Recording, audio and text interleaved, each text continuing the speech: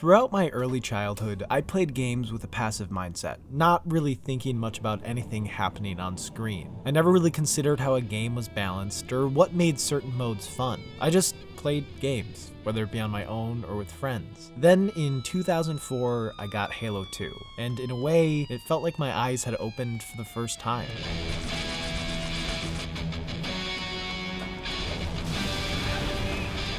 There's a lot to praise about Halo 2. It popularized online shooters on consoles. It provided a campaign mode that built on the concepts of the original, telling an engaging story through multiple points of view. And most importantly to me, it gave players the tools to create game modes tailored to them. My middle school years are defined by the time I spent in my friend's basement playing Halo 2 with anywhere from 4 to, on those few glorious occasions, 16 people. For a long while, we played the typical modes: Deathmatch, King of the Hill, and of course, Capture the Flag. But we started to notice a trend of certain people always winning. And while we tried our best to balance out teams, it had mixed success, especially with bigger groups. Some people just weren't very good, and even if their teammates could carry them to victory, it wasn't all that much fun for them to be in that position. All of this changed when we somehow came across a custom game mode called Zombies. Zombies, or at least the version of it we played, required everyone to be on the same team except for one player who started as the zombie. They would get to use the energy sword and try to infect the rest of the players by killing them with it. The other players would get to use the shotgun to try to hold off the zombies for as long as possible, but if they got killed, they'd switch teams and become one. Zombies got so popular throughout the Halo 2 community that Bungie ended up making it an official game mode in Halo 3. I bring this up not just because it was a lot of fun to play, but because it was one of the first examples I had really seen of players using customizable rules to make an incredible game mode. And it got my friends and I to realize that there were far more ways to play Halo 2 than we ever imagined. Our LAN parties shifted from the modes that made the Halo series famous to a slew of custom games that, for the most part, were not that great. But it didn't stop us from having a ton of fun coming up with ideas and testing them out. During weekdays, I would get home from school, boot up Halo 2, and play around in the various maps trying to create unique modes we could play on the weekend. And one of the things I focused on most was trying to come up with ideas that were fun for both skilled and unskilled players. So I typically tried to think of rule sets that hinged on things other than shooting ability. Together with my friends, we made complicated games, like a rules-heavy version of what amounted to be Cops and Robbers, where whoever had the rocket launcher or energy sword would try to gather the rest of the players up and lead them to a designated jail. Of course, the fun part for this one was breaking the rules and trying to escape. We made simple games, like a competition to see who could drive a warthog around the upper circle of Foundation the longest as everyone else tried to kill them. We made chaotic games, like King of the Hill on midship with rocket launchers only and no shields. Whether it be through bringing in our own out-of-game rule sets or tweaking modes that Halo 2 already offered, we found so many new ways to play the game that allowed for everyone in our group to have fun.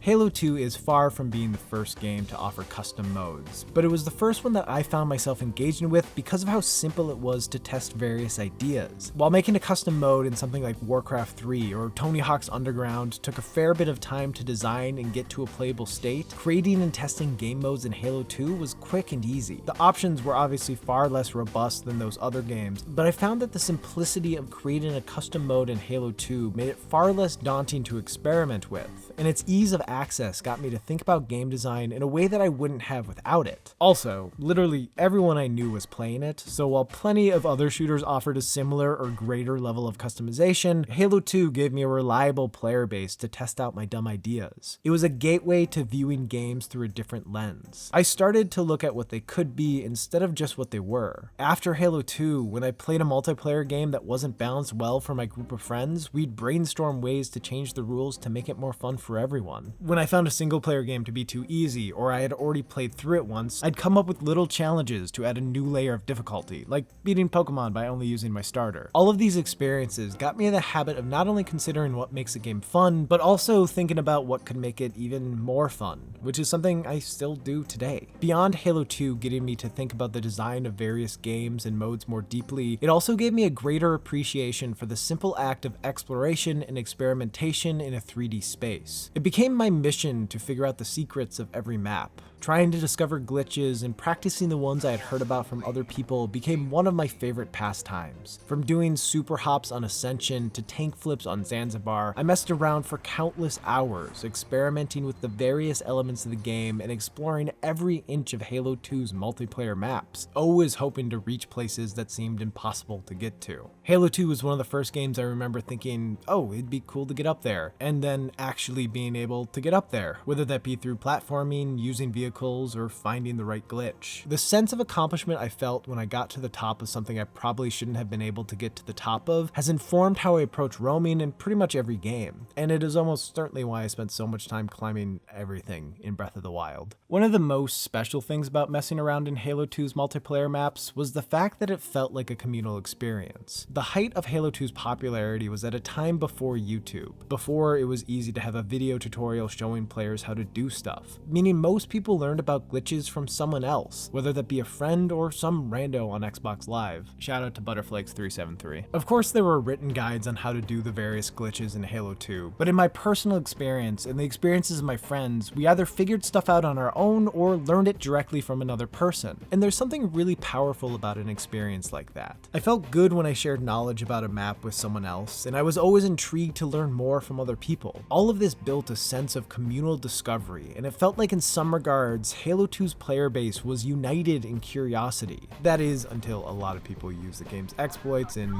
toxic ways. Regardless, one of the things that makes Halo 2 so unique is that players felt like they were a part of what made the game special. Without players, a lot of Halo 2's potential never would have been discovered, and that's not the case with a lot of video games. As a player, it made me feel like my opinions about Halo 2 had value, because I had found fun ways to play it differently than how the developers had intended. It got me to realize that players can bring so much to a title when given the tools to do so. That feeling of being part of what makes a game tick is highly appealing to players.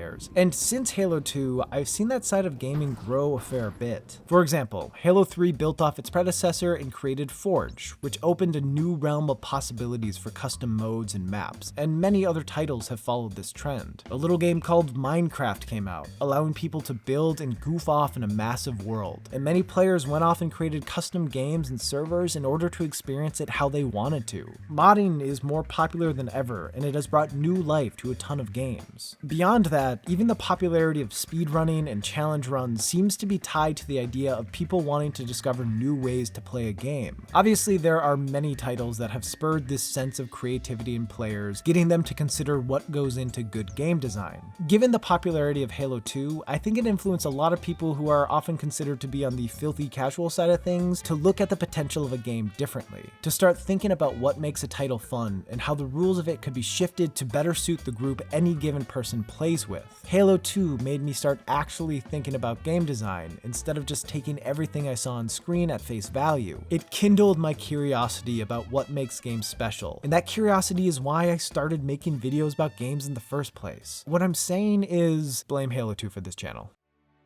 Halo 2 came out at the perfect time for me. I was at an age where I was just starting to think about things more critically, where I was questioning everything. I was in the optimal headspace to consider what could make a game more interesting, and the tools Halo 2 offered let me branch out and have fun in ways I never would have thought to before. On the surface, Halo 2 is a game about killing stuff, but I will always remember it as one that gave me the chance to search for new ways to play, making me go from someone who played games just for fun to someone deeply interested in a game's design. And that is how Halo 2 changed the way I look at games. Thanks for watching. If you liked this, check out my other videos. I talk about a lot of different stuff, and I can almost guarantee you'll find something you like. A lot goes into making every video, so if you're interested in supporting the channel in order to ease the process of creating stuff, consider checking out my Patreon. There are a few rewards like getting videos a day early and a monthly Q&A podcast, and I'm always on board to add more stuff as time goes on. Also, if you want to support the channel but don't want to drop any money, sharing videos can go a long way. If you know someone who might dig this sort of thing, let them know about it. It will make you look good for having solid taste, it will give them a new thing to enjoy, and it will help the channel grow. Pretty much a win-win for everyone. Anyway, I appreciate you, and I hope you have a great day and or night, and I will see you in the next one.